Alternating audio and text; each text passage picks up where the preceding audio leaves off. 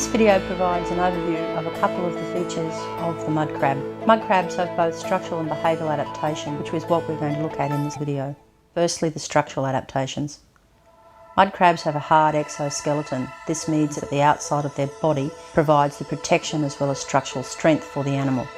The little serrations along the edge of their shell are also part of the defence mechanism, and this is a way of actually protecting the animal against other animals which might attack it. Crabs have 10 legs. The first pair are specialised flattened back legs, which are flattened to help them swim in the water.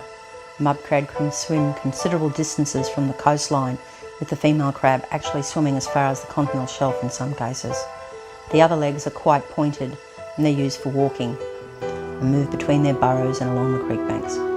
When the tide is in, they use their back swimming legs to swim in the creeks and across the mud flats and mangroves.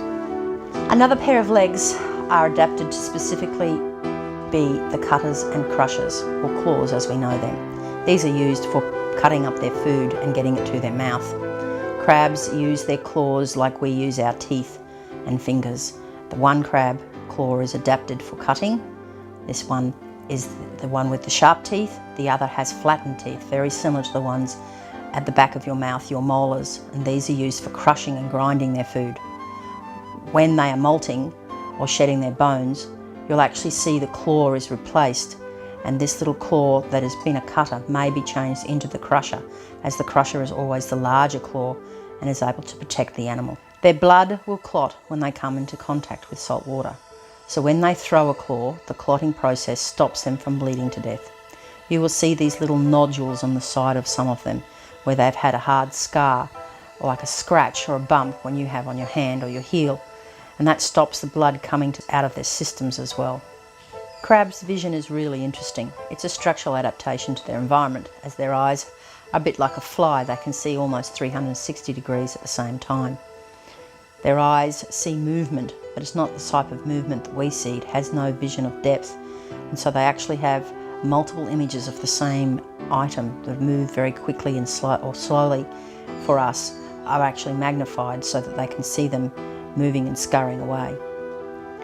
They smell or taste with the hairs on their legs, and this way they're able to track down food in a creek which is muddy and difficult to see within. As they move along the mangroves and through the mud, they sense where their food is using these hairs. It also means that they can taste food with the hairs on the legs before it actually enters their mouth, so that it is not suitable to be eaten or digested. It has not come into contact with the inner parts of their body. Behavioural adaptations. We'll look closely at a few of the behavioural adaptations of the crab. If the crab is feeling threatened, they'll throw or drop their claw. The idea is that the animal that is chasing them will then concentrate on the claw that is left behind, and the animal will be able to get away. This is like a lizard, as they can then regenerate the missing part, so the claw will grow back. This is actually also a structural adaptation. This provides them with a level of defence that they will then be able to maintain. Female mud crabs will carry up to 6 million eggs at any time. This allows for many of them not to make it through the hatching and growing stages. Mud crabs have a life cycle similar to that of a frog, in that the animal that hatches out of the egg does not look like the adult crab. In actual fact, it looks more like a mosquito wriggler.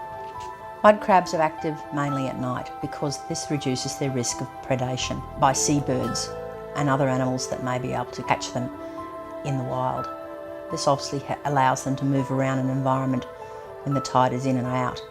So at night, the moisture loss through evaporation is reduced. Mud crabs have, like fish, a gill system which allows them to breathe oxygen from the moisture and water that they carry in their shells, and they can breathe like a fish when underwater. You will see the bubbles that the crab is producing. This is it filling its gill bailer so that it can then walk along on the mud flats and sand flats when the tide is out. The fluctuating salinity levels of seawater is something that is hard to deal with, and for crabs they move backwards and forwards along the edges of the mangroves as the sea level water changes in its salinity.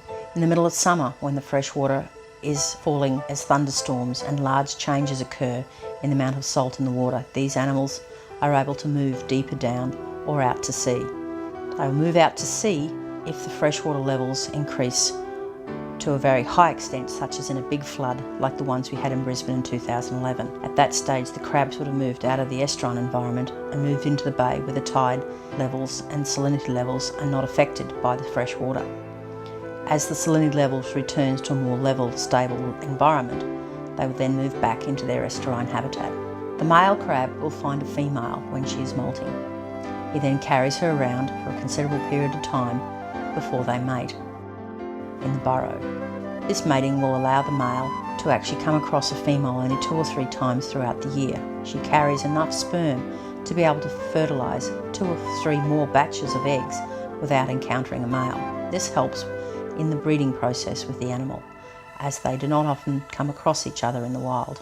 Female crabs swim out into the ocean and release their eggs where the plankton is in the middle of the ocean in a more stabilised salt environment, as well as a more stable temperature. When they come back to the land, however, the little tiny crab, who is about as small as your pinky fingernail, will actually return to the same creek where its mother came from when she swam to the edge of the ocean and released the eggs. Returning to this environment is an important and interesting behavioural adaptation. This creek system, its home, will stay in a pristine condition, allowing crabs to return and come and go. But if by chance the creek is polluted and the crabs cannot survive here, then baby crabs will not come in, as there was no females who came from that creek for them to return to.